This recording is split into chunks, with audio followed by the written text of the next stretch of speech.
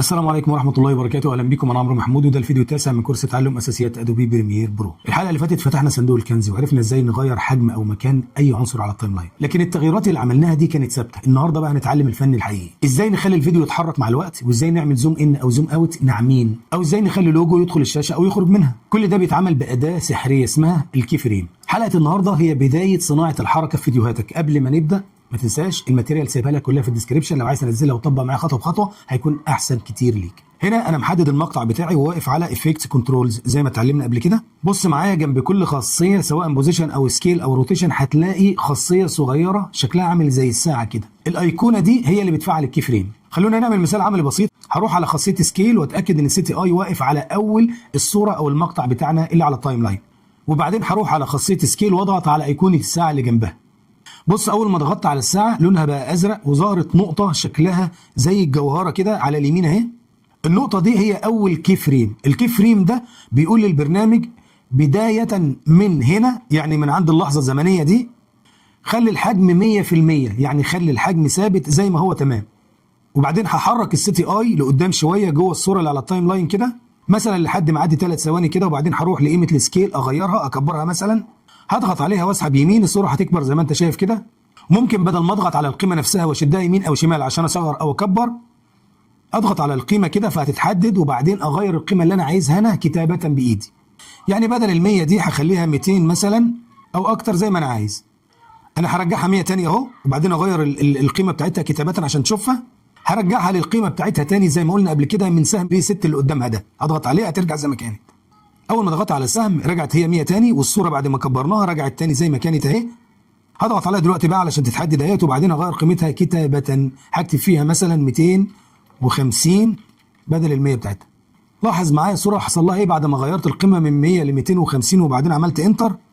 هنا في 3 حاجات حصلوا، خلي بالك معايا ولاحظ. اول حاجه ان القيمه اللي كانت 100 بقت 250 زي ما انا عايز اهيت، والصوره كبرت حجمها اتغير. وهنا اتعمل لي كي فريم تاني، الجهاز عمل لي كي فريم تاني لوحده غير اللي انا كنت عامله. الكي فريم التاني ده اللي بيقول للبرنامج عند هذه اللحظه الزمنيه خلي الحجم 250 بدل 100.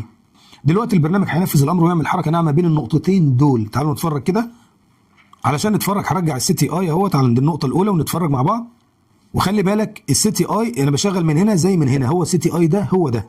البرنامج عامل لك السي تي اي اللي فوق ده هو ده علشان اللي فوق ده يبقى قريب من التغييرات بتاعه الايفكت كنترول اللي انت شغال بيها. دلوقتي بقى هنشغل ونشوف البرنامج عمل لنا ايه بين النقطتين اللي احنا عملناهم. بص يا باشا عمل لك زوم ان على الصوره، قرب من الصوره وخلى الصوره تكبر. نرجع تاني بالسي تي اي لورا كده ونشغل مره تانيه بالمسطره. بص يا باشا الفيديو بدا بحجم طبيعي، وعلى مدار ال3 ثواني اللي انا محددهم بدا يكبر تدريجيا لحد ما وصل للحجم اللي انا عايزه. كده انت عملت اول حركه ليك بالكي فريم في بريمير. نفس المبدا ده بينطبق على كل حاجه. احنا هنا عملنا زوم ان للفيديو ده، كبرناه وقربناه. دلوقتي بقى هنعمل زوم اوت، هنصغر الفيديو ونبعده. هنمسح الكي فريمز اللي عملناها دي ونعمل غيرها. هحددهم بالماوس كده وهضغط ديليت، ونتاكد ان السي تي اي في اول الصوره كده، ونروح لقسم الايفكت كنترولز عند خاصيه السكيل برضه، ونفعل علامه الستوب واتش دي او علامه الساعه دي. كده عمل لنا كي فريم بتاع البدايه. هنحرك السي تي اي المده اللي احنا عايزينه يعمل فيها الحركه بتاعتنا، وليكن برضه 3 ثواني اهو. وبعدين نروح على خانه الارقام اللي قدام خاصيه سكيل دي اللي هنغير منها. هقلل الرقم 50 بدل 100 علشان يصغر لي الصوره للنص. هحددها واكتب 50، بعدين اضغط انتر هيصغر لي الصوره للنص، وعمل كي فريم لوحده في المكان اللي انا سايب له فيه السي تي اي واقف كعلامه ليه. هنرجع بالسي تي اي مع بعض لورا وبعدين نشغل بالمسطره ونشوف الحركه مع بعض.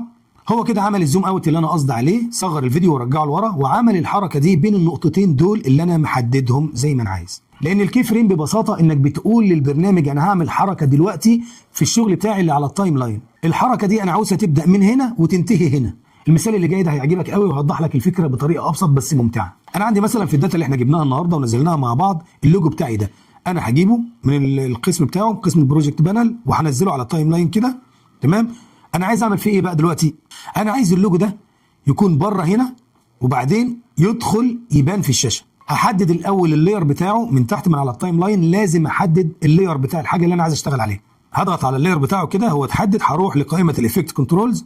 احنا عايزين نعمل فيه ايه؟ عايزينه كان بره الشاشه وبعدين يدخل الشاشه، فانا هطلع اللوجو الاول بره الشاشه كده. من القيم بتاعه البوزيشن دي هضغط واشد شمال هيطلع لي اللوجو بره كده. وممكن اضغط على اللوجو نفسه واوديه في المكان اللي انا عاوزه كده اهو. بس خلي بالك من النقطه المهمه جدا دي، ممكن وانت بتشد اللوجو عشان تطلعه بره ما يكونش اللاير بتاعه هو اللي متسلك، فتلاقي نفسك بتشد حاجه تانية، زي مثلا انك تشد الصفحه اللي تحت دي كده. ده معناه ان اللاير بتاع الخلفيه هو اللي كان متحدد، علشان كده انت لما رحت تشد شدته هو. عشان كده بقول لك دايما اتاكد من انك محدد اللاير على التايم لاين بتاع الحاجه اللي انت عايز تعمل عليها شغل. طيب نسيت وغلط، عندك كنترول زد يرجعك من اي حاجه انت غلطت فيها. بص لما ادوس على كنترول زد هيرجع صوره زي ما كانت ازاي. احنا دلوقتي بقى كانت فكرتنا ان احنا نطلع اللوجو بره وبعدين ندخله تاني. هنيجي عند القيم بتاعه بوزيشن من هنا من قسم الافكت كنترولز، وبعدين نشد شمال نضغط عليها كده ونشد شمال هيتحرك معانا اللوجو اهو طالع بره خلاص، ونكون متاكدين ان السي تي اي واقف في المكان اللي احنا عايزين نبدا منه الحركه بتاعتنا. وبعدين اضغط على علامه الساعه اللي قدام الخاصيه اللي انا عايز اشتغل بيها، هنا البوزيشن هضغط عليها كده هتعمل لي كي فريم، وبعدين هحرك السي تي اي المده اللي انا محتاج فيها يحصل الحركه كده اهي، وهحرك اللوجو ادخله جوه من نفس القيم بتاعتي، بدل ما اضغط واشد شمال هضغط واشد يمين هيدخل معايا اهو. هو كده دخل في المكان اللي انا محتاجه. لاحظ كده البرنامج نشأ لك كي فريم لوحده عند العلامه اللي انت سايبها له اللي هي سي تي اي. انت كده بتقول له من العلامه دي اللي هي من النقطه دي بتاعت الكي فريم للنقطه دي هتحصل فيها الحركه اللي انا محتاجها، اللي هو اللوجو يطلع يدخل من بره لجوه في المسافه بين النقطتين دول. تعال نرجع للنقطه الاولى كده بالسي تي اي ونشوف ايه اللي حصل. نشغل اهو، شفت الحركه السلسه ازاي؟ وهو كده عمل لك الحركه اللي انت محتاجها بين النقطتين اللي انت قلت له عليهم. حركات الكي فريم ممكن تبان لك في البدايه معقده، بس مع التجربه هتلاقيها سهله جدا. وخليك عارف ان دي الاداه اللي بتفرق بين الفيديو العادي وبين الفيديو الاحترافي. الحلقه الجايه ان شاء الله هنكمل لعب بالكي فريم، وهنعرف ازاي نبطئ او نسرع الفيديو زي ما احنا عايزين، وازاي نعملها بشكل احترافي. لحد ما نتقابل ما تنسوش اللايك والاشتراك، وجربوا كل اللي احنا عملناه في الحلقه دي مره واتنين. سلام.